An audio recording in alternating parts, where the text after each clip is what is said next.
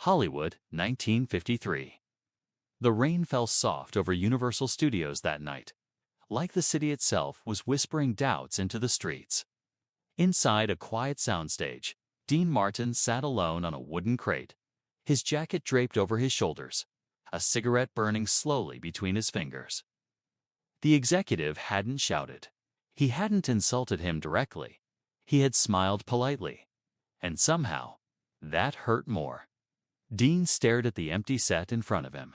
Fake walls, fake windows, fake doors, all waiting for a real performance. And Universal had just told him he wasn't real enough. A star they didn't believe in. Dean Martin wasn't supposed to be here. He wasn't supposed to be in Hollywood meetings, walking studio hallways, or auditioning for serious roles. To most people, he was just the smooth voice, the charming singer. The half of a comedy duo who made people laugh but never think. In the eyes of the industry, Dean Martin was entertainment, not art. Universal Pictures had signed him, but not because they believed in him as an actor. They wanted his name, his fan base, his charm, not his depth. And when Dean asked for a dramatic role, they laughed. One executive leaned back in his chair and said, "Dean, you're good at what you do. Singing, smiling, making people feel relaxed. Acting. That's for men like Marlon Brando." And just like that, his dream was dismissed. The walk out of the office, Dean didn't argue. He stood up slowly, buttoned his jacket, and thanked them for their time. That was his style. Calm, classy, controlled. But inside him, something cracked. As he walked down the hallway, he passed movie posters. Brando, Montgomery Clift, James Dean. Serious men, serious roles, serious respect. And then there was him. The funny one, the singer. The lounge act, not an actor. The night that changed everything. That night, Dean didn't go to a party. He didn't go to a club. He went home. He sat in the dark, poured a drink, and stared at his reflection in the mirror. Not the star, the man. And for the first time in years, he asked himself, what if they're wrong? No hype, no big names. Universal wasn't even promoting it. They didn't offer it to Dean. They gave it to him as a joke. If you want to play actor, try this, the role. A broken man, a quiet man, a man hiding pain behind charm. And so was Dean. The decision. Dean closed the script slowly. He didn't call his agent. He didn't ask for permission. He walked back into Universal the next morning and said one sentence. "I'll do the role." They were surprised, not excited, not supportive. Just surprised. One executive muttered, "This won't go anywhere." Dean smiled. But this time, Universal Studios, 1954. The cameras were ready. The lights were hot. The crew was nervous, and Dean Martin wasn't supposed to survive this film. Not because the script was bad, but because the studio had already decided he would fail. A set built on doubt. Dean walked onto the set wearing the wardrobe of his character, a tired man with shadows in his eyes and silence in his soul. The room went quiet. Not respectful.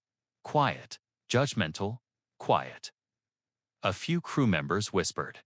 A director's assistant rolled his eyes, and someone behind the camera muttered, "What is the lounge singer doing here?" Dean heard it. He always heard everything. But he didn't react. He just took his place and waited. The first take disaster, or so they thought. The director raised his hand. Action. Dean walked into the scene. He didn't speak at first. He let the silence live. He sat down slowly, tiredly, like the weight of the world was in his bones.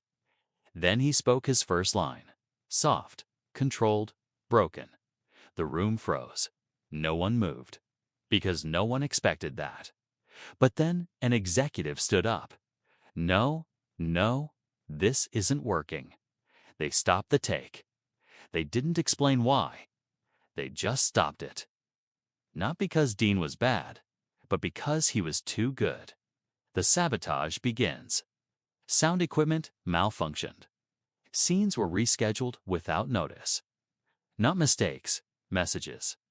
Universal wanted him uncomfortable, off balance, second-guessing himself, and it started working. The night of doubt. One night, after a 12-hour day where not a single usable scene was shot, Dean sat alone in his trailer. No music, no jokes, no charm. His hands shook, not from alcohol, from fear. The turning point the next morning, something snapped. Not loudly, not dramatically. Quietly, Dean walked onto the set and didn't wait for direction. He changed how he stood, how he breathed, how he looked at the other actors. The scene was simple. His character confronts another man in a dark room. No yelling, no action, just truth. The camera rolled. Dean didn't blink. He spoke like a man who had lost too much to care anymore. By the end of the scene, one crew member wiped his eyes. Another whispered, "That's not singing, that's acting." The executives saw the footage that night. They didn't smile, they didn't celebrate. They looked. He was becoming dangerous, not physically, artistically. And dangerous artists change industries. The war behind the scenes. They talked about shelving the film, but something unexpected happened.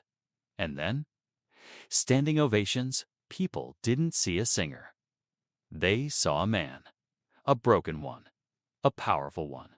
Los Angeles, 1954. The street outside the premiere glowed like a dream. Flashbulbs exploded. Cameras shouted names. Limousines lined up like black mirrors of power. But Dean Martin sat in the back of his car and didn't smile. Not yet. Because tonight wasn't about fame. It was about judgment. A room full of doubters. Inside the theater, every seat was filled with people who once told Dean no. Studio heads, agents, critics. Stars who had laughed at him. They weren't there to support him. They were there to watch him fail politely. Dean took his seat near the back. Not front row, not center. Exactly where Universal had put him his whole career. Out of the spotlight, the first scene. The lights dimmed. The screen came alive. And suddenly, there he was. Not Dean Martin, the singer.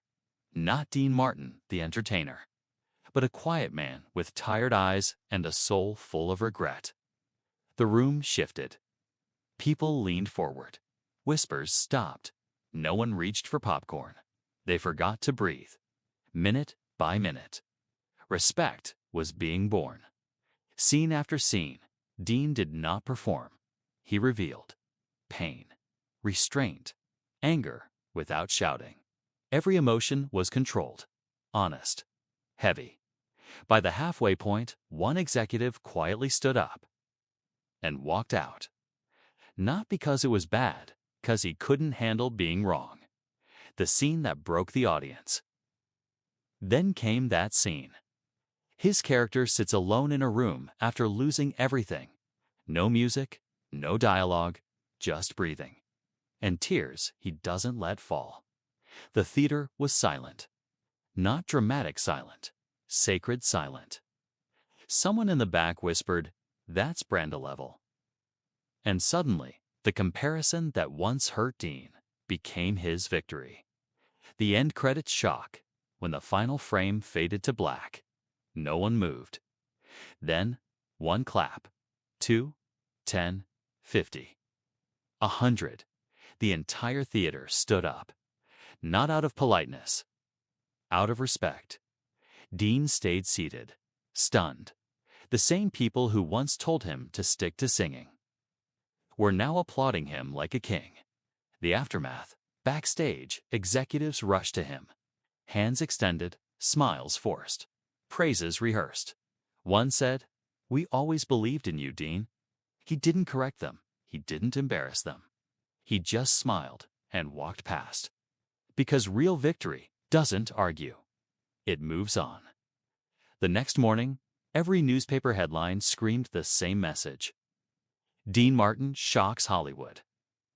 The singer who outsung his doubters, a new leading man, is born and Universal.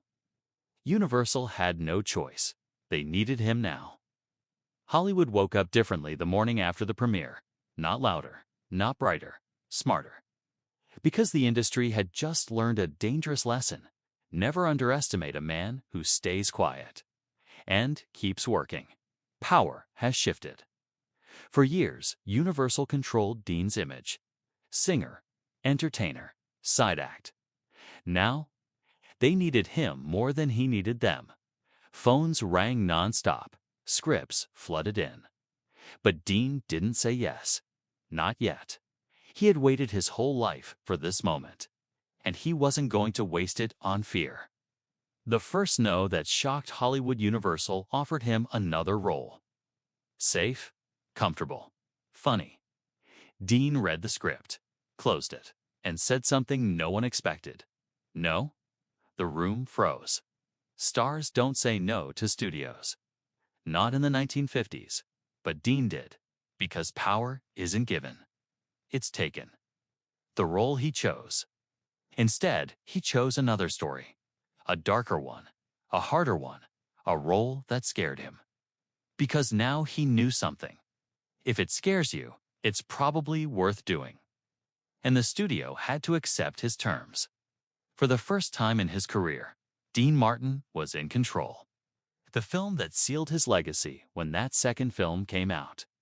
There was no doubt, no debate, no apology needed. Dean Martin was no longer trying to act. He was an actor, a leading man, a force. The line that ended the old Dean. At a press conference, a reporter asked, "Dean, what would you say to the people who once told you to stick to singing?"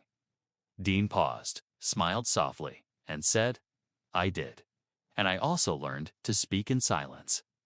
The room went quiet, because everyone understood what he meant. The real victory. Dean didn't win because he proved them wrong. He won because he proved himself right. He never begged, never complained, never fought loudly. He simply showed up and became undeniable. Final words. Hollywood didn't change because Dean Martin acted. Hollywood changed because Dean Martin refused to stay small. And that's the real lesson. When the world tells you to stay in your lane, build a new road.